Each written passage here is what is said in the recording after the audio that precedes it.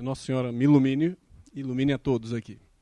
Então, boa tarde, é uma grande satisfação poder estar aqui com vocês num empreendimento que já começa com o pé direito.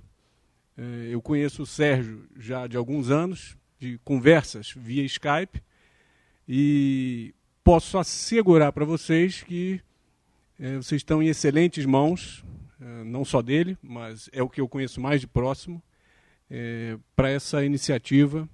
E estão todos de parabéns aqui, não só o Sérgio, mas todos que se encontram aqui. Eu agradeço a presença de todos e também o convite. A minha formação foi inicialmente em física, só o que me interessava era física, né? Eu fui ateu até os 31 anos de idade e comecei a mudar isso quando, veja só, como é que a soberba pode guiar a gente. Os caminhos de Deus são bem insondáveis. A soberba pode guiar a gente para o contrário dela. Eu tinha me proposto a começar a estudar o que dizem os religiosos para finalmente acabar com esse negócio de religião. Olha a ideia da criança, né? E resolvi comprar, nunca tinha lido a Bíblia. Resolvi comprar a Bíblia e comprar alguns livros de história da filosofia. Para minha sorte, hoje eu percebo, na hora eu percebi já, assim que eu comecei a ler, de autores católicos. Em particular, Guilherme Freyler e Michele Federico Sciacca. E, como disse o professor Olavo numa aula recente, acho que há uns poucos meses, filosofia materialista é um contrassenso, é uma contradição em termos, porque uma das primeiras coisas de que você se livra quando começa a estudar filosofia é exatamente do materialismo. Então, é tiro e queda. Começa a estudar a história do pensamento humano e você se livra do materialismo, em particular porque você começa a entender o que é matéria, afinal de contas, né? Que vai ser basicamente o centro aqui da minha palestra. Hoje em dia a gente entra, né, a gente tem muita informação, a gente está acostumado a receber muita informação, tanto formal, no ensino formal, seja no ensino médio ou universitário, como informação por meios informais, através de documentários, leituras, etc., que nos vão chegando mais ou menos a esmo, porque não é fácil você se propor um roteiro de estudos. Muitas das vezes as coisas nos caem nas mãos e a gente começa a ler de uma forma bastante caótica. E a gente está muito habituado a ouvir palestras, por exemplo. Graças a Deus não foi o caso com o Henrique, que é um brilhante palestrante, e o tema facilita. Mas a gente está acostumado a ouvir exposições sobre o conhecimento da física ou da biologia, ou etc., seja lá qual for a área, e você sai de lá com a impressão de que você é uma besta quadrada, de que você só ouviu informação e de que você não saiu mais inteligente. Não é essa a impressão que a gente tem? E por isso, aquilo que o Henrique mencionou aqui, de que há tanta sede por conhecimento. Você começa a montar um grupo desse, olha quanta gente vem. E quantas pessoas também gostariam de estar aqui e não estão, não puderam estar presentes. Justamente por isso, apesar da massa de informações que existe, a gente se sente estúpido porque os critérios com os quais julgar não nos são dados normalmente. Então a gente recebe muita informação sobre o que é ciência, o que é isso, o que é aquilo, sobre como estão essas ciências, mas não sobre o que são elas, né? E vou dar 2 exemplos aqui, podia dar talvez 3, podia dar muitos mais. Mas, por exemplo, você, como o Henrique mencionou aqui, e todo mundo aqui está cansado de ouvir falar, existe a tese aí de que o feto, ou o embrião, né, o bebê que está no ventre da mãe, aquilo não é vida. E muito menos do que vida, humano. E humano não, menos ainda do que vida. Mas, por outro lado, existe uma grande esperança, e a gente vive sendo bombardeado com a expectativa de algum dia descobrirem vida extraterrestre. Quer dizer, o dia que descobrirem um fóssil de uma bactéria lá em Marte, descobriu-se a vida. Bactéria em Marte, o fóssil dela é vida. O bebê no ventre é uma pasta humana, é uma pasta material, né? Eu falei, caramba, o conhecimento mais alto as técnicas científicas, instrumentação, quantidade de pensamento, de matemática envolvida para você explorar o espaço, está te dizendo uma coisa que, por outro lado, aqui os teus olhos estão te convidando a negar o que os teus olhos estão enxergando. Né? E nós vivemos nesse esgarçamento da mente. Você tem que andar acreditando, você é convidado a estuprar a sua inteligência constantemente, de modo a negar o que os teus olhos estão dizendo nas coisas mais normais do dia a dia, ao mesmo tempo que você é obrigado a acreditar, a emprestar credibilidade total e dizer o seu amém a qualquer coisa que tenha sido descoberta anteontem, seja lá por quem, seja lá com que tipo de verificação, de critérios de verificação. Um segundo exemplo, também bastante polêmico, é que nós somos convidados o tempo inteiro a acreditar ou tentar entender o que seja a tal da evolução, né? A evolução das espécies. E se você estuda um pouco o que diz o evolucionismo, o que dizem as teorias evolucionistas, eu não estou aqui me propondo a tarefa de negar o que seja o evolucionismo, eu não sei fazer isso, mas a gente começa a perceber algumas coisas quando entra nesses estudos. É que eles acabam borrando o conceito de espécie, exatamente aquilo que o Henrique estava mencionando, que são as espécies, o que é a espécie inteligível, que eu vou mencionar um pouco mais, o que é forma, matéria e forma. Nega-se isto em nome de um histórico de um negócio que você não sabe definir. Quer dizer, não existem as espécies justamente porque elas existe uma transformação ao longo, sei lá, de milênios, milhões de anos, uma coisa vai se transformando na outra. Do ponto de vista lógico, é gritante, tão logo você leia essa literatura pró-evolucionismo, e você pare para pensar um pouquinho, é gritante um seguinte contrassenso. Se não existem espécies, o que está evoluindo? A teoria é a evolução do que, afinal das contas? Você começou com uma proposta, as espécies evoluem. Você acaba negando que existam espécies. Então, o que você está afirmando, afinal de contas? Isso sem negar, eu não estou entrando no mérito da coisa, estou analisando o próprio discurso.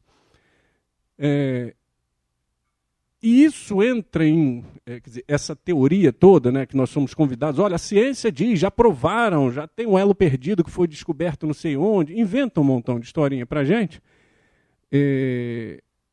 Com alguma razão de ser. Eu acho que, no fundo, não dá para bater o martelo, mas existe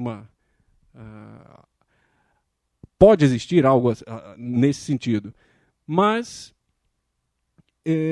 você, por exemplo, quando nasceu agora, né, há 15 dias, o filho do Sérgio, o Antônio, as pessoas estavam esperando que fosse nascer o quê? Nasceu de um pai e de uma mãe humanos, qual era a expectativa? Quando você tem, muito mal comparando, você tem cães em casa e a cadelinha ficou grávida. Você faz propaganda, né? Que, olha, eu não posso ficar com todos os cãezinhos que vão nascer. Você tem a expectativa de vão nascer o quê? Cães. De cães nascem cães. Isso é o que você observa. O que estão querendo fazer com o ensino moderno é um truque muito sujo, apesar de ter coisas verdadeiras, que é fazer com que você desista da sua inteligência na tomada de consciência sobre o mundo do dia a dia, em nome de teorias muito especulativas, né? Coisas afirmações cuja verificação você não tem como fazer. Você, pessoa. Então você empresta toda a sua credibilidade para a ciência, entre aspas. Né? É um novo oráculo, é dali que você vai receber a sua interpretação até do que você está vendo hoje. Então, se você nega espécies, se você nega as formas substanciais, que eu vou entrar nesse tema, você acaba chegando em diversos problemas até para conseguir entender direito o que a ciência moderna está falando. Né? Ela chega a um terceiro problema, que eu vou mencionar, e que é mais a minha área de estudo. um problema cabeludíssimo científico que a comunidade de físicos percebeu na entrada do século XX e que culminou com a formulação da teoria mais exata que o ser humano já conseguiu conceber, cujos resultados são verificados com a maior precisão possível. Diversos experimentos você tem uma precisão entre teoria, entre expectativa da teoria e confirmação experimental de 9 casas decimais. Você não deve ter noção do que são ter um acordo de teoria e prática, teoria e experimento, com 9 casas decimais. Os experimentos são altissimamente complexos e as contas que você tem que fazer são assim também de outro mundo. São meses e meses e meses para você conseguir avançar uma casa decimal a mais, quer dizer, 1 grau de precisão a mais. E o diabo é que esta teoria não parece ter uma inteligibilidade em si. Inteligir o que ela está dizendo com pressupostos modernos aqui, que quero dizer, a partir da entrada da modernidade, Newton, Galileu, Descartes principalmente, comete umas mancadas metafísicas em que todo mundo vai trilhar depois, e você chega a perplexidades quando você tenta entender o que afinal de contas, de que está falando a teoria mais precisa que o ser humano já conseguiu conceber, que é a mecânica quântica. E, por outro lado, existe a única interpretação que continua de pé, tanto do ponto de vista experimental, quanto do ponto de vista de inteligibilidade racional, ela está baseada em quê? Aristóteles e São Tomás de Aquino. Né? E é isso um pouquinho que eu vou esboçar. Ou seja, se você quer entender até a ciência moderna, você precisa recorrer a conhecimentos mais fundos, mais examinados e mais corretos, no final das contas. Só para dar um exemplo do absurdo que dizem hoje em dia sobre a teoria quântica, a pior interpretação é aquela de que existem múltiplos universos. A teoria tem uma coisa muito esquisita, que ela consegue prever com uma precisão muito grande, em equipamentos, em experimentos muito finos e muito detalhados, todas as possibilidades de resultado experimental. E mais, ela vai mais fundo, ela diz, olha, não só pode acontecer, a partícula, vamos pegar um exemplo assim, totalmente apenas para retórica aqui. Você faz um experimento aqui, lança uma certa energia aqui, congrega uma certa energia aqui, e você sabe o que você jogou ali, e as equações da teoria te preveem, por exemplo, que só tem 2 lugares possíveis em que a partícula pode ser encontrada, ou A ou B, ou esquerda ou direita. E mais do que isso, de acordo com como você direciona, isso você coloca nas equações, como é que você direciona o pontapé inicial do experimento, você roda isso, alimenta as equações com esta nova informação e você consegue saber, olha, A vai acontecer em 30% dos casos e B em 70% dos casos. Isso já é muita coisa. Você está lidando com coisas muito microscópicas, subatômicas. Você tem um grau de certeza desse, já é um troço que cai para trás. Como é que é possível você manipular com tamanha precisão algo que parece tão afastado do dia a dia? Só que ela não diz tudo. A teoria não diz tudo. Ela para aí. Ela não vai te dizer, num caso específico, para onde vai a partícula. Ela não consegue dizer. Pelo contrário, ela diz que você não vai passar desse nível de conhecimento. Daí você não passa. Você nunca vai saber para onde vai o experimento ou a partícula numa determinada instância do experimento. Para isso você tem que fazer o experimento. Você não vai conseguir saber de antemão. Você não consegue prever de antemão.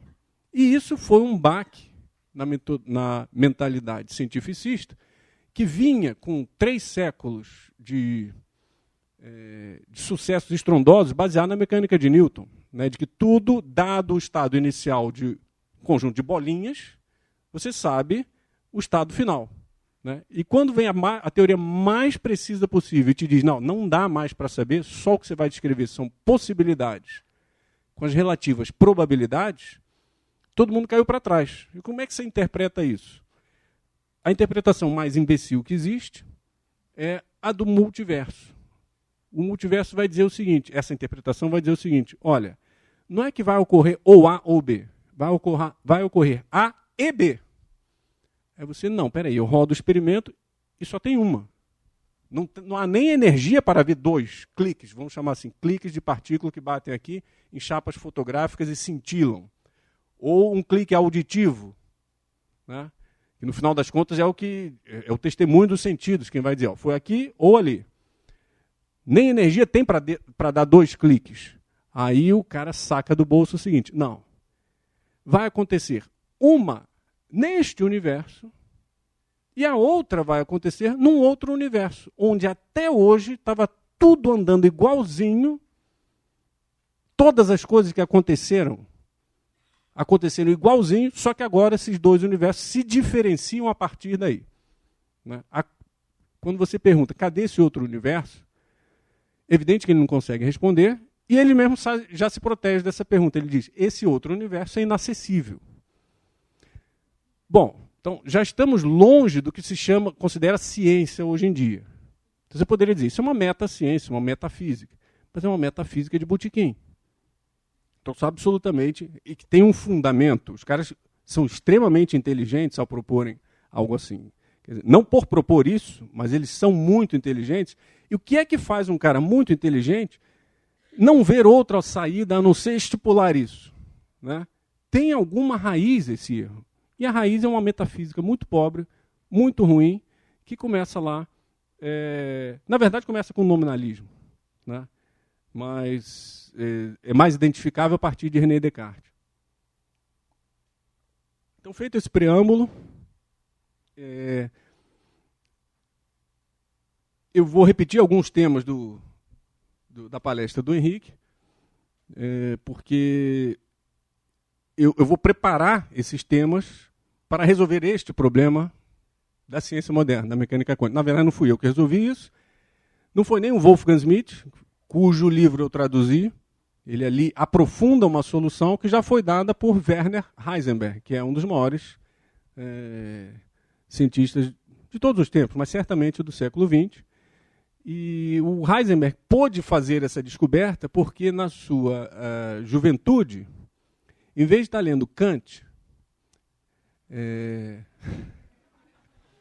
Descartes e David Hume, que era o ambiente de leitura de Albert Einstein, por exemplo. Einstein lia isso. Né? E por isso que o Einstein vai bater o resto da vida num erro. O Einstein vai propor sobre o mesmo problema uma interpretação que, no final das contas, não se sustenta, mas porque ele tinha uma péssima leitura de filosofia. O Heisenberg era o único ali que conhecia o quê? Estava lendo o quê? Platão e Aristóteles. Né? Então ele sacou como é que era o esboço inicial da solução desse problema. Existem aprofundamentos gigantes em cima dessa interpretação do Heisenberg, algumas que já vão para autores que eu já tenho uma grande dificuldade de conseguir penetrar, por exemplo, João de São Tomás. Existem livros que pegam a mecânica quântica, a física moderna, a física matemática, interpretando isso à luz de João de São Tomás. Meu Deus, isso é um matagal de silogismo, de raciocínio, você tem que olhar aquilo assim, você lê uma página por dia. Então eu vou fazer um recuo filosófico para que a gente consiga entender, afinal de contas, o que é matéria. Porque diz aí, se você pegar qualquer livro de física, eu estudo das interações materiais, eu estudo a matéria, trocas de energia, eles vão falar um montão de palavras que, no fundo, você pressiona o sujeito, vai dizer, mas o que é isso? O que é matéria? O que é energia? É um número nas equações. É uma escapatória que eles fazem para o mundo da matemática. Tudo bem, o cara não sabe o que é. Você não pode culpar o sujeito por não saber tudo. Né? Mas, bom, então o que a gente faz? A gente vai e estuda o que ele não estudou. E o conceito de matéria é um conceito que, à primeira vista, é simples. Né? Vocês vão entender exatamente o que eu vou falar aqui, mas, por outro lado, é altamente elaborado, é um conceito abstratíssimo, complicadíssimo de você entender, cujas nuances e noções que precisam ser entendidas são muito finas, muito difíceis de entender. Se você quiser penetrar cada vez mais e quiser, inclusive, poder falar de problemas como os problemas da ciência moderna. Então, matéria é um termo cunhado por Aristóteles, né? Aplicado na filosofia por Aristóteles, né? Já era um termo comum que significa madeira, né? Hyle, em grego, madeira ou bosque. E tem um motivo muito, muito forte para ele usar este termo para a seguinte... Eu vou montar o problema agora e dizer o que este termo responde, a que esse conceito responde dentro do problema. Primeiro eu preciso montar o problema, né? Que é o problema da mudança. O que nós vemos todos os dias são coisas mudando. No mínimo mudando de lugar, né? Uma coisa até desaparecendo. Você comeu uma banana, sumiu a banana. Sumiu. Para onde foi? Né? E nasceu o Antônio. Nasceu alguém, nasceu sei lá o quê. Nasceu a banana. De onde estava aquilo que agora está aqui e que antes não estava? Você começar a pensar nessas coisas do dia a dia e tentar descascar finamente, com muita paciência, como disse o Henrique, com muito cuidado, do que você está falando e quais seriam os conceitos mínimos, sem os quais seria impossível não só de entender, como até de existir a mudança.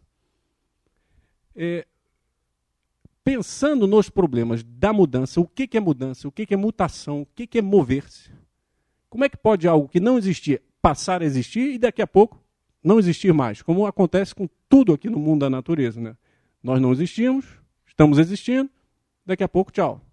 Não é assim? Qualquer coisa aqui é assim. Até as estrelas, que antigamente se achavam serem, se não eternas, como Deus, evidentemente, mas um tempo de duração indefinido. Só que parece que hoje em dia, segundo uma série de teorias, elas têm um ciclo de vida também, né? Isso é rastreado por equipamentos e por teorias. Então, até as estrelas, que eram os membros mais estáveis do mundo da mudança, também elas passam por mudanças. Então, vêm as primeiras soluções, tentando entender o que é mudança e o que precisa existir para que uma mudança exista. Uma primeira resposta foi dada por Tales, né? O Tales disse que tudo, no fundo, é o quê? Água. No fundo, as coisas só podem mudar umas nas outras, porque no fundo elas são a mesma. Então, isso daqui é um copo, mas no fundo aquilo é água na forma de copo. E daqui a pouco você derreteu o copo, fez outra coisa, o copo veio de alguma outra coisa, o vidro do copo veio de algum outro lugar, e o Tales vai dizer, olha, no fundo é sempre água que subjaz a isso tudo, que toma formas diferentes. Tá?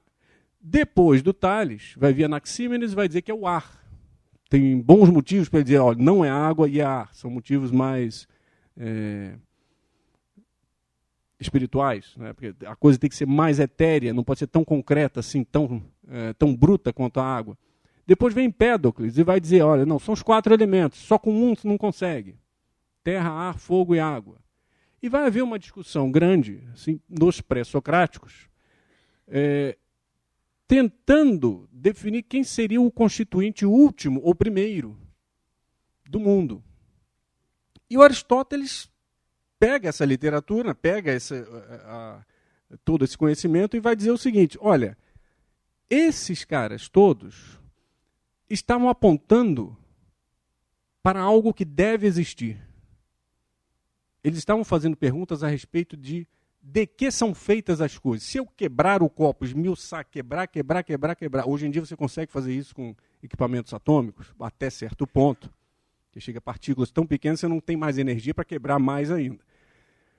No fundo, elas têm um constituinte último idêntico. E que é isso que possibilita que uma coisa vire outra. Porque elas têm uma raiz profunda igual. O Aristóteles diz, beleza, essa solução desses caras não é toda a história, mas sem ela você não pode ficar. E Aristóteles disse, eu vou dar a isso o nome de matéria, em paralelo, né, em analogia com as artes e ofícios humanos, que a madeira é um material que pode adquirir forma de cadeira, forma de prateleira, de mesa, etc, etc. É uma mesma matéria, né? Eu estou usando redundivamente o termo, é uma mesma matéria que pode ser recortada de acordo com formas diferentes. Né? Aí o Aristóteles fala, essa sacação desses caras, eles estavam descobrindo algo. E eu quero isso daqui faz parte da realidade. Né? Só que, aí não é uma descoberta dos pré-socráticos, já é uma descoberta de Sócrates e Platão, e Aristóteles foi aluno do Platão. O Sócrates chama a atenção, e o Platão vai esmiuçar isso com muita fineza, e o Aristóteles vai sistematizar a coisa. Está faltando fazer a pergunta contrária, que é, você já descobriu um conceito que mostra a radical identidade entre as coisas? E é só porque existe uma comunidade ou irmandade nas coisas, chamada matéria, esse transfundo igual e único, que uma coisa pode virar a outra e você continuar dizendo que estamos no mesmo mundo. O mundo não mudou. Quando uma coisa desaparece, né, quando a banana que você digeriu sumiu, algo dela fica. Não é? Era aquilo que você queria, né? É aquilo que você ingere. Você ingere a banana porque tem algo nela que fica na forma de carboidratos, sei lá quais seriam os nomes modernos para essas coisas. Mas é uma matéria que fica. Não é isso? Os pré-socráticos descobriram esta radical, né, comunidade do ser. O motivo dessa radical comunidade de todo o ser do cosmos. Eu, Aristóteles, vou chamar isso de matéria. Só que o Platão e o Sócrates descobriram a pergunta contrária. Se os primeiros estavam dizendo o que unifica as coisas, cadê então aquilo que as distingue? O que é que distingue? Se tudo, no fundo, é água, ou os 4 elementos, ou matéria, você vai chamar isso hoje em dia de espaço, de estado do vácuo quântico, sei lá, com excitações. Isso não interessa como você descreva, mas isso ainda é um eco daquela água de Aristóteles, ou de Tales. Né? O vácuo quântico, hoje em dia, esse estado último da matéria, é um eco filosófico assim, gritante. Você lê um conceito, lê o outro, fala, isso é aquilo. Né? Um montão de determinações matemáticas que ganhou. Mas, no fundo, é a mesma coisa. Qualitativamente, é o mesmo negócio. Então, se tudo é, no fundo, uma mesma coisa, o que é que as distingue? Aí tinha 2 soluções. Ou dizer que nada distingue e tudo é só aquele transfundo mesmo unitário material, que é uma solução bem imbecil que o Aristóteles derruba em 2 segundos. Se tudo fosse só matéria, e se a banana fosse uma ilusão, porque só o que existe é matéria, não existe a banana. Quando a matéria da banana começa a se transformar na sua matéria, no seu corpo, no corpo do animal que digeriu a banana, também isso é uma ilusão. O corpo do animal não existe, o animal não existe, a animalidade não existe. Eles estão fazendo exatamente o que o Henrique estava dizendo, que é negar o que sejam as formas das coisas. O Aristóteles diz, o sujeito que der esse tipo de solução, de dizer que tudo é matéria e não existem essas formas, que é uma descoberta de Sócrates e Platão, ele, no fundo, está negando o próprio movimento, a própria mudança. Se só o que existe é matéria, então não é que existia a banana e agora existe o corpo do animal que está sendo alimentado com a banana. O que existe era matéria antes e o que era matéria depois. Só o que tem é matéria. Se só o que existe é matéria, e uma coisa não pode se transformar no que ela já é, não faz o menor sentido, né? O que era antes? Matéria. O que é depois matéria? Então nada aconteceu. Então não houve a mudança. Você começa postulando um conceito para explicar uma coisa, e se o seu conceito é muito ruim, você acaba matando, ou se você usa de modo muito desajeitado aquele conceito, você mata até o problema. Você arranjou a solução para um não problema agora. Né? Agora você matou o problema. Então Aristóteles mata isso em 2 linhas. Eu não lembro se eu acho que é na física que ele faz isso, na metafísica ele retoma o tema e fala, não é possível. Então, essa solução materialista é assim, só para o cara que não leu, o cara que não conhece a literatura. Né? O cara não... Não leu tudo que tinha que ler sobre o assunto. Então, o que é que está aí por cima? São as formas. O Platão dá o nome morphe, que depois foi mudado em forma, pelos latinos, em latim, né, pelos escolásticos. Forma é aquilo que distingue. Então, pode até ser, olha, existe uma matéria substancial, uma matéria-prima profunda, que é a mesma para todos os corpos, mas o que distingue um corpo do outro, ou o que distingue um ente do outro, não pode ser a matéria. A matéria é justamente aquilo que unifica eles. O que os distingue é o quê? Forma. Certo? Forma substancial. É, digamos, a cavalidade do cavalo. A diferença da forma é que ela você não percebe com os sentidos. A forma substancial de uma coisa, não tem cor, não tem cheiro, não tem nada disso. Você percebe com o intelecto, com a inteligência. Aquilo que você está, tudo isso que você está ouvindo aqui dessa palestra, de qualquer palestra, são o quê? Captação de formas. O sujeito que diz que não, as tais formas substanciais não existem, ele não sabe nem como é que ele pensa. É impossível pensar, você só pensa através de formas abstraídas na matéria. É aquilo que você está movendo, os conceitos são isso. Né? Então, a extração, a abstração da matéria que constitui aquela coisa. De que constitui cada uma das coisas. Ora, a metafísica de Aristóteles envolve muito mais do que isso. O Henrique tocou em vários dos temas aqui. Eu, em vez de tocar em mais temas daqui, eu vou pegar este conhecimento, pelo menos de matéria e forma, e aplicar a coisas, a eventos ou a coisas do mundo do dia a dia, para mostrar a fertilidade e por que isso se ensina. Não é uma teoria. Outro dia eu estava conversando com um amigo que saiu de um seminário, formou padre, e ele disse, cara, mas ensinam Aristóteles no seminário, ensinam São Tomás de Aquino, os professores são bons. O negócio é que os professores ensinam, assim, com o mesmo pé de igualdade que vão ensinar Heidegger, Kant e não sei o quê. É isso na cabeça da pessoa, é terrível. Né? Porque vocês vão ver o poder de explicação que tem esse negócio aí de Aristóteles e São Tomás de Aquino, matéria e forma, para começar, na explicação do dia a dia. E até depois, se der tempo aqui hoje, para falar de mecânica quântica. Então, eu vou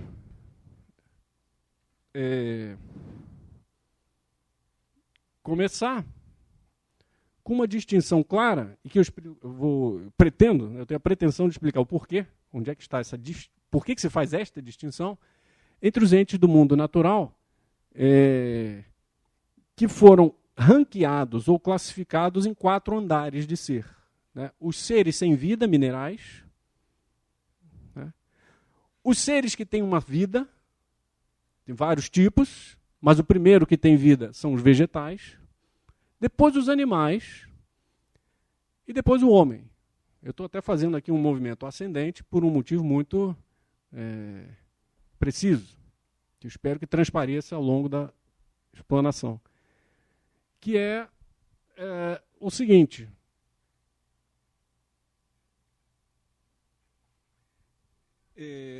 A gente vai tentar, usando os conceitos de matéria e forma, entender o que é cada um desses 4 tipos de seres e o que o de cima tem que o de baixo não consegue. E que é por isso que faz a gente... Bom, existe um tipo assim e o tipo de baixo que não faz. Né? Pelo tipo de operação, o modo como atua no mundo. Né? O modo de transformações e de movimento pelos quais passam esses 4 tipos de seres. Né? Tem coisas que só o ser humano faz.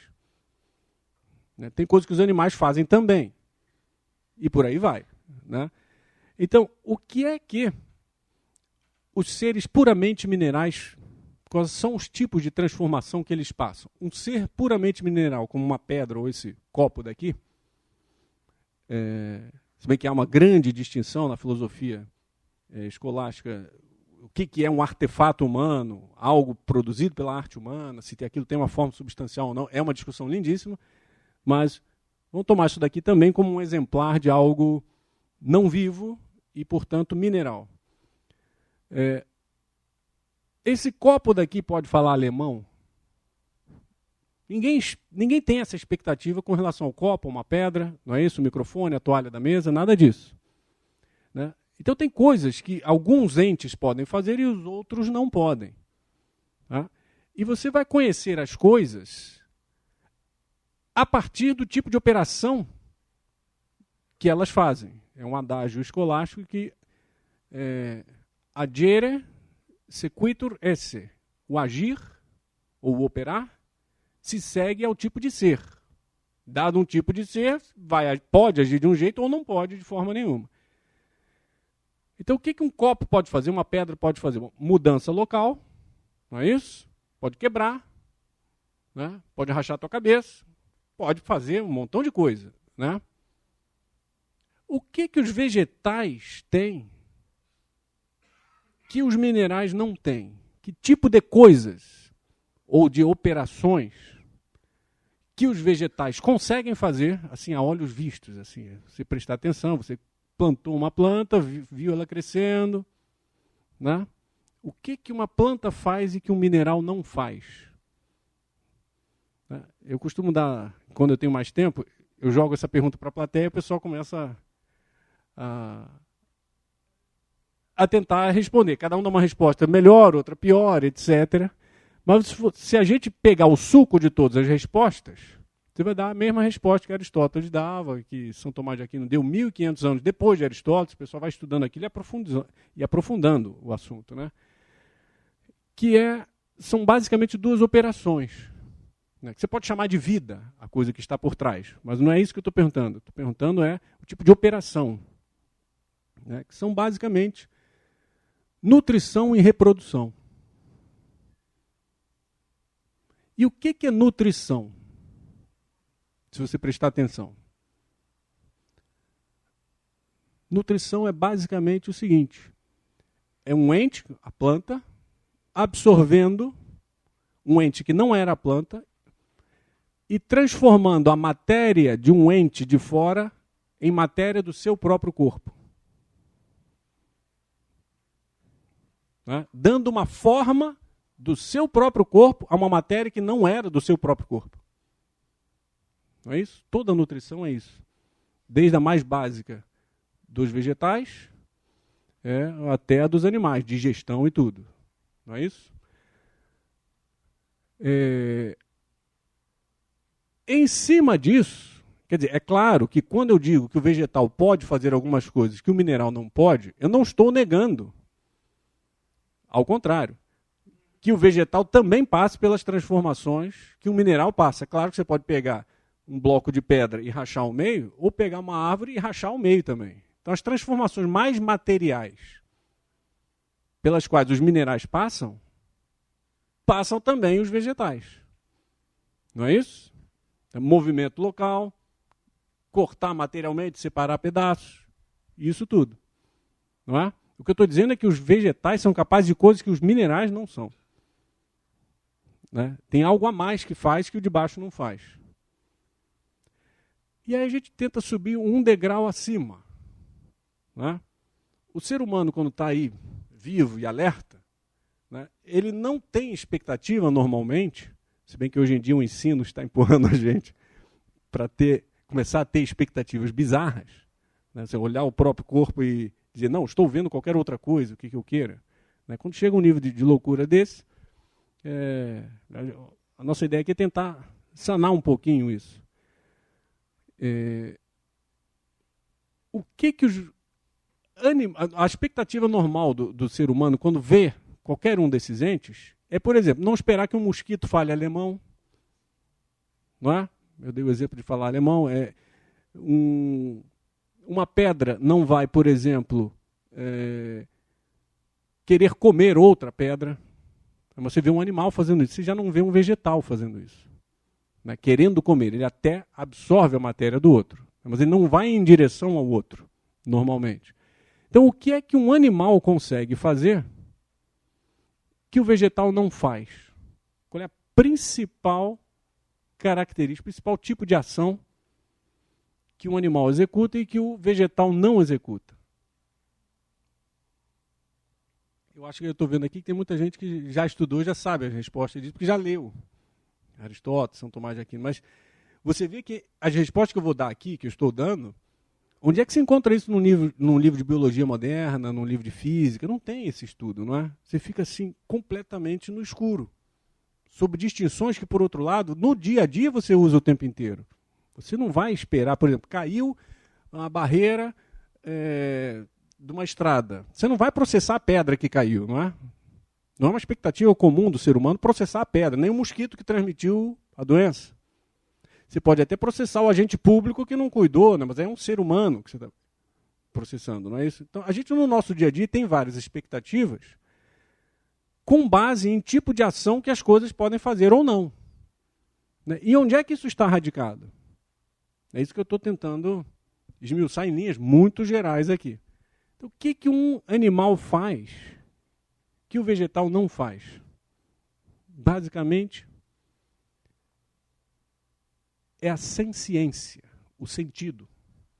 Ver, ouvir, cheirar e escutar. E se quiser, lamber também. Né? Nem todos os animais têm todos os 5 sentidos. E até a ciência moderna tem descoberto até, talvez, não sei se é verdade, mas que existem sentidos diferentes em cobras, peixes, o tubarão tem um sentido elétrico. Sei lá se é verdade ou não, mas a gente consegue até, talvez, descobrir sentidos que não fazem parte dos 5 tradicionais. Mas o que é a senciência, né? O uso do sentido? O que é isso, em termos de matéria e forma? Quando o lobo avista a ovelha, né? O que é esta captação? O que ele captou da ovelha? A matéria não pode ser, porque a ovelha continua lá. Né? Isso não é uma nutrição. Conhecimento sensível não é nutrição. Se fosse, bastava olhar, beleza, já encheu a barriga. Mas não é isso. Mas ele capta alguma coisa, tanto que chama a sua atenção e ele vai em direção à ovelha. Né? Ou pode fugir de um ser humano com arma. Não é isso? Ele capta alguma coisa aqui, capta alguma coisa ali e se dirige de acordo com uma série de potências da alma que estão lá no animal. Então, o que é isso? O que é o sentido? O conhecimento sensível? É a captação da forma da coisa. Você não captou a matéria, o lobo não comeu a ovelha ainda, ele quer fazer isso, mas ainda não fez. Mas algo da ovelha ele captou. Né? Não pode ser a forma substancial, que é algo só captável pelo ser humano, que depende do intelecto. Mas é algo dessa forma, é um sinal sensível disso. É o que prepara para o ser humano dar o último passo. No caso do ser humano, né? Os animais não conseguem dar o último passo. E que último passo é esse que distingue o ser humano, sem negar que ele é animal? Uma vez eu fui dar uma palestra dessa, exatamente essa palestra, numa escola, e o professor de biologia estava lá assim, me ouvindo assim para o lado, o cara inquieto. Cara, o que esse cara falando de Aristóteles aqui? A gente com a biologia fantástica, mas eu sem negar. Tá certo, fantástico. Mas por que você já está classificando o ser humano num andar acima se ele é um animal? Eu não sei o que. Não, claro, eu não vou negar que ele é um animal. Aliás, o negócio de que o homem é um animal racional foi uma definição do Aristóteles. Fica calmo. Vai com calma. O negócio é que você, quando começa a entrar nesse tipo de estudo, você vai saber coisas que os outros não sabem. E você vai parecer até inteligente. Coisa que você não é, mas vai parecer.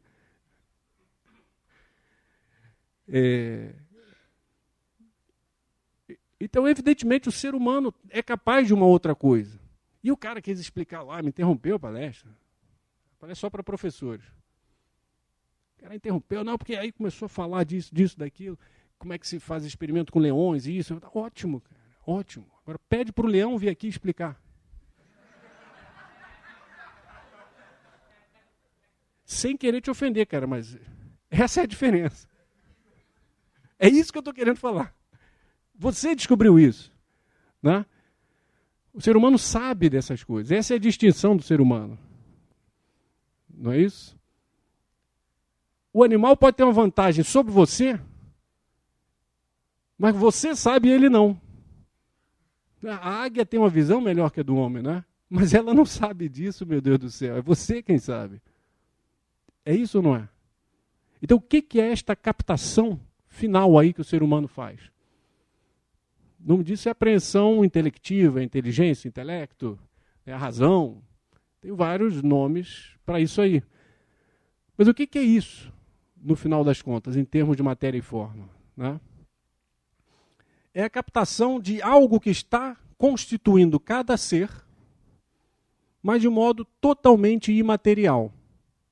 Aí existe já, como a distinção é mais fina,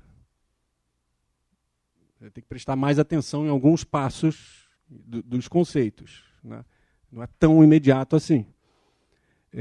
Existe uma distinção clara, mas sutil, entre o conhecimento sensível que os animais têm e o conhecimento racional que os animais, fora o ser humano, não têm. Só o ser humano tem.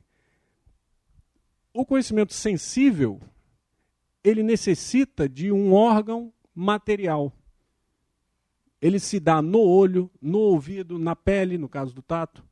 Né? Já esta captação, chamada intelectiva, racional, né? O que é a cavalidade, a humanidade, né? A bananidade, etc, etc, etc.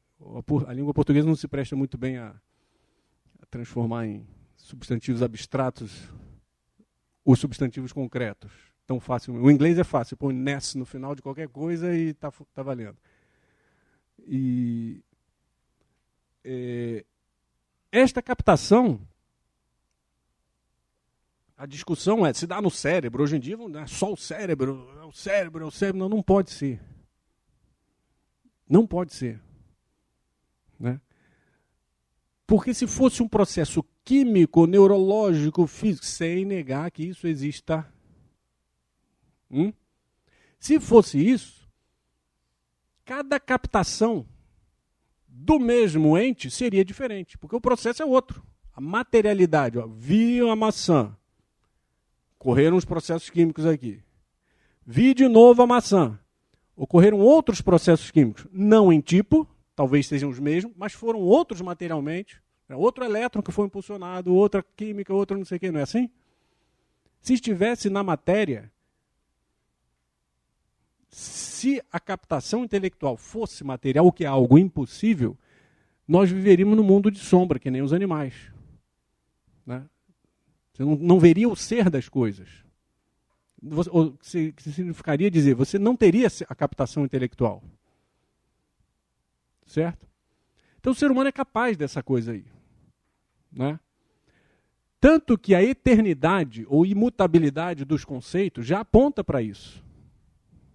Né? O teorema de Pitágoras que você ensina hoje na escola, eu não estou dizendo o triângulo que o professor desenhou no quadro. Entenda bem o que eu estou dizendo.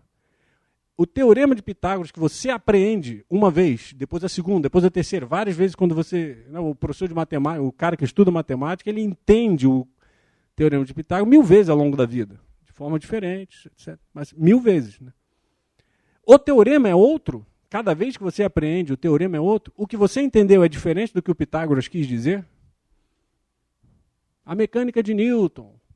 Né? Isso para pegar exemplos bonitos, assim. Né? O que tem nas coisas, e que é esta raiz, o que tem de raiz imutável nas coisas, é aquilo que o teu cérebro, olha eu me traindo aqui, é aquilo que o teu intelecto capta. O teu intelecto capta esses conceitos que são o quê? Eternos. Não é que a maçã seja eterna, mas o conceito maçã é eterno. E, aliás, mesmo que depois que não exista mais maçãs no mundo, ou antes de ter existido, o conceito já era o mesmo. Isso não é fácil de entender isso. Não faz parte do teu dia a dia? E por que não ensinam isso? Porque querem dar uma de gostosão. Na verdade, ninguém sabe isso. Né? Não é que chegou, o Henrique leu aqui um pedacinho do Newton, negando as formas substanciais do Aristóteles, dos escolásticos, os homens de escola. Eu estou vindo aqui com conhecimento novo. E negando. Você não está negando. Cadê a demonstração? Cadê a depuração que você fez aí dos conceitos? Você não fez nada, você só fez piada. Você fez um kkkk, isso não serve. É só isso. Se você olhar a história, se você olhar os escritos filosóficos dessa entrada da modernidade, você não vê uma crítica séria a esse respeito. É só piadinha. Galileu faz isso, homens de ciência, homens de filosofia, só fazem piada. Ninguém ninguém se defronta com o problema, ninguém consegue negar isso aí. Formas substanciais, as coisas têm uma entidade em si, né? Elas são um ser assim, assim, assado, né? Que você não vai apagar. Nada disso foi negado. Existe piada. No teatro, Molière fez uma peça engraçadíssima. O diálogo é engraçadíssimo que Molière faz, né? Querendo gozar lá com o professor. Supostamente ele tem uma plateia de alunos numa aula de medicina. O professor vai expor um assunto lá que tem a ver com as propriedades do ópio para fazer dormir a pessoa, né? E o professor era ali o representante da ciência antiga que vai ser derrubada. E aí vem um aluno, já de conluio com os outros coleguinhas, faz uma piada e começam a rir do professor. O que é que tem, então, na planta que faz com que a gente durma? Né? Aí já cutuca os alunos. Isso é tudo falado numa forma de peça de teatro muito bem montado. O troço é genial, mas no fundo é uma estupidez. Ele faz a piada de um negócio que não entende. Aí, o que é que tem na planta? Aí o professor começa a dar explicação. É a virtus dormitiva, é uma capacidade de fazer dormir. KKK, tá vendo como ele falou? Ele está dizendo que a planta faz dormir porque ela tem a capacidade de fazer dormir. KKK, isso não vale. Como não? Você está negando que tem a capacidade? É isso que você está querendo dizer, o aluno? Que ela faz dormir, mas não tem a capacidade de fazer dormir. É isso que você está dizendo? É possível isso? É claro que isso não basta. Aí vai lá o neurociência, o químico, não sei o quê, quebra a molécula, vai descobrir o que ali liga no neurotransmissor, no seu diabo 4. Mas no final das contas, você está usando de novo formas substanciais, forma disso, forma daquilo, né? Essências. Só que ninguém tinha ouvido falar antes. Você não vai conseguir fazer nenhum discurso racional sobre ciência nenhuma sem falar de matéria e forma. As 4 causas aristotélicas, que eu só mencionei 2, que matéria e forma são 2 das 4. Essência e acidentes, substância e acidentes, né? Ato e potência. Bom, tem um montão de... Troço muito mais complexo do que isso que eu expus aqui. Eu não sei se a gente tem tempo, se eu abro agora para perguntas. Eu normalmente gosto de saber se as pessoas têm alguma pergunta. Eu gosto de saber se as pessoas têm alguma pergunta, porque eu posso daqui tomar 1000 caminhos diferentes. Eu não sei o que seria mais interessante. Tá bom, é uma boa.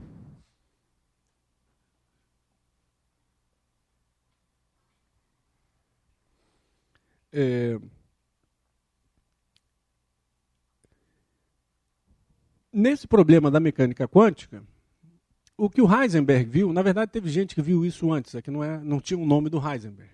Tem tese universitária na Universidade Laval e outra, dos anos 40. O Heisenberg fala nos anos 50, no livro Física e Filosofia. E nos anos 60, um dominicano norte-americano pega e aprofunda aquilo com São Tomás de Aquino, coisa que o Heisenberg já não conseguiu entrar. Né? Existe até uma carta de um ex-aluno colaborador do Heisenberg, nos anos 60, e diz assim, olha, teve um frade dominicano-americano, William Wallace, que desenvolveu a sua interpretação da mecânica quântica, mas já usando os conceitos escolares de São Tomás de Aquino. E aí o Heisenberg lê e fala, aí eu já não consigo ir tão longe, São Tomás de Aquino eu não conheço. Era luterano também o Heisenberg, né? Talvez por isso, não sei. E a ideia é a seguinte, mas o Heisenberg direciona a solução do problema. Olha, o que a física está fazendo quando quebra alguma coisa, o que a física está fazendo 400, 500 anos, que, aliás, está justificado em São Tomás de Aquino. Né? Antes de falar desse problema, só mencionar o seguinte: as pessoas costumam, a mentalidade moderna passa para a gente a impressão, né, se você não for ler e estudar direito, de que o primeiro ser humano a pensar na história, depois de muito tempo, foi Galileu. Antes de Galileu era tudo trevas, né? Não é isso? Passou 1.500 anos de trevas. Como é que é a história da filosofia ou das ciências contada em qualquer livrinho desse? Eram os gregos, né? Talvez fale um pouquinho de Ptolomeu, que já é ano 100 e pouco, e dá um salto de 1.500 anos, pum, caiu o Galileu, Copérnico de paraquedas. Não aconteceu nada, cara. Em 1.500 anos não aconteceu nada. Não, era só trevas, a igreja. Você está maluco. O que é treva é o que você sabe sobre aquilo. Mas é sério. É você que não sabe o que aconteceu ali. A justificação da física matemática está todinha dada em São Tomás de Aquino. O que vai ser se você estudar os aspectos quantitativos das coisas? Né? O que você vai estar estudando no final das contas? Se fizer esse estudo, isso tomou um impulso grande, e a universidade, não só São Tomás de Aquino, né? Porque Aristóteles não foi lido só por São Tomás de Aquino. Mas vai em Oxford, Paris, etc., isso espalha. E aí, 300 anos depois, isso brota nos mais famosos hoje em dia, né? Que dão uma de gostosão dizendo, não temos fontes, conhecemos tudo de primeiros princípios, acabamos de inventar, inventou nada. Inventou nada. Você está montado em um montão de gente, é que você não quer citar a fonte. Né? Isso aí, o Galileu, em particular, é um sujeito que usou de muita má fé nisso daí. Historiadores, isso não é uma opinião. Um montão de historiador rastreia. O cara conheceu isso era ensinado em Pisa, ensinado em Pádua, ensinado não sei onde. Ele esteve lá e não cita. Sabe direitinho quem vinha, de onde vinha. Então, o que a física tem feito, né, o que a ciência moderna tem feito, é quebrar as coisas. Quebrar e ir para o mundo do menor, do menor, do menor, do menor, e descobrir o que tem de menor até nas coisas maiores, no cosmos, etc., nas estrelas, nas galáxias. Né, o entendimento que se tem hoje em dia da mecânica celeste é todo baseado no que acontece com o mundo microscópico. E o que acontece quando você quebra uma coisa? Você está agora falando não mais daquela coisa, mas da matéria dela. Você está indo cada vez em aspectos menores, quantitativamente falando, né?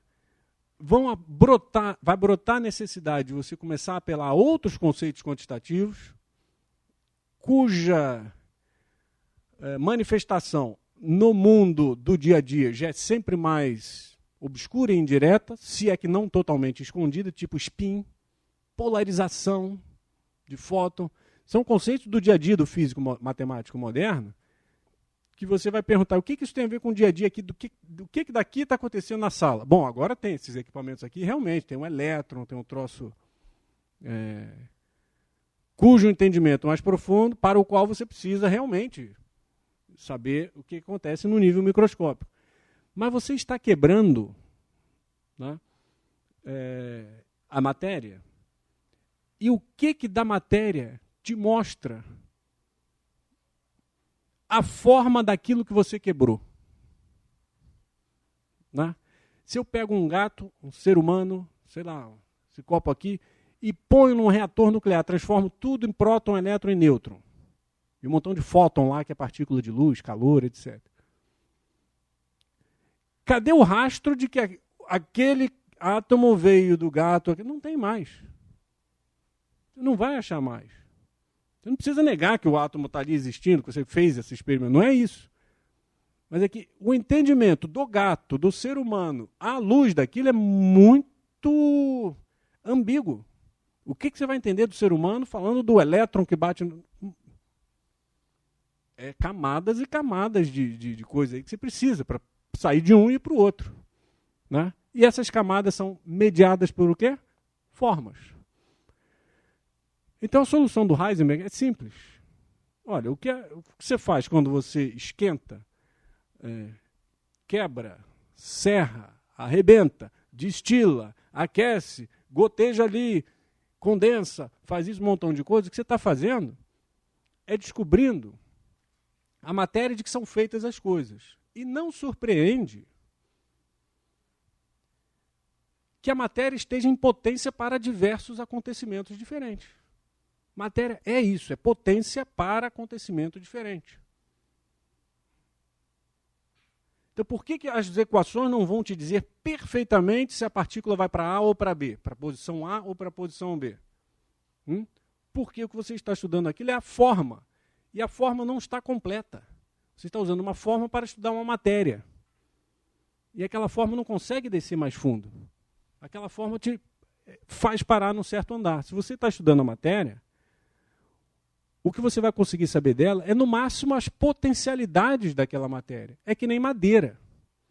O Olavo tem uma frase no Jardim das Aflições, que ele fala mais ou menos o que eu falei aqui, foi inspirado no que ele diz. O que você vai aprender de uma árvore se você serrar a árvore e estudar a madeira dela? Alguma coisa, né? Também não é nada. Não é nada, mas cadê a árvore ali? Fez a tábua lá na marcenaria. O que você vai descobrir da árvore? Você matou a árvore. Né? E aquela matéria ali que está na sua mão, a madeira que está na sua mão, não está nela a determinação de que ela vai ser cadeira, mesa ou prateleira. Assim como não está na matéria dos átomos, nos experimentos que se manipula, a determinação se vai ser para A ou para B. Isso depende de um environment, um ambiente todo, que vai dar forma àquilo. Então, o Einstein ficou horrorizado quando viu que a mecânica quântica não passava desse nível. Você não consegue falar mais do que isso. E o Heisenberg vai dizer, isso é o natural, porque você não sabe o que é matéria.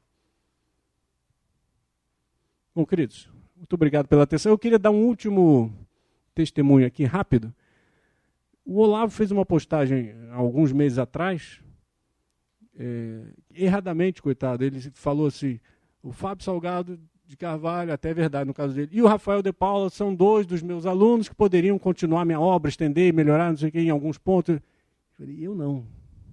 Mas aí eu escrevi rapidinho lá, falei, olha, eu conheço algumas pessoas que sim, eu tenho conversado, e eu asseguro para vocês, o Sérgio é um deles. Queridos, obrigado pela atenção, parabéns aí pelo instituto que vocês estão montando.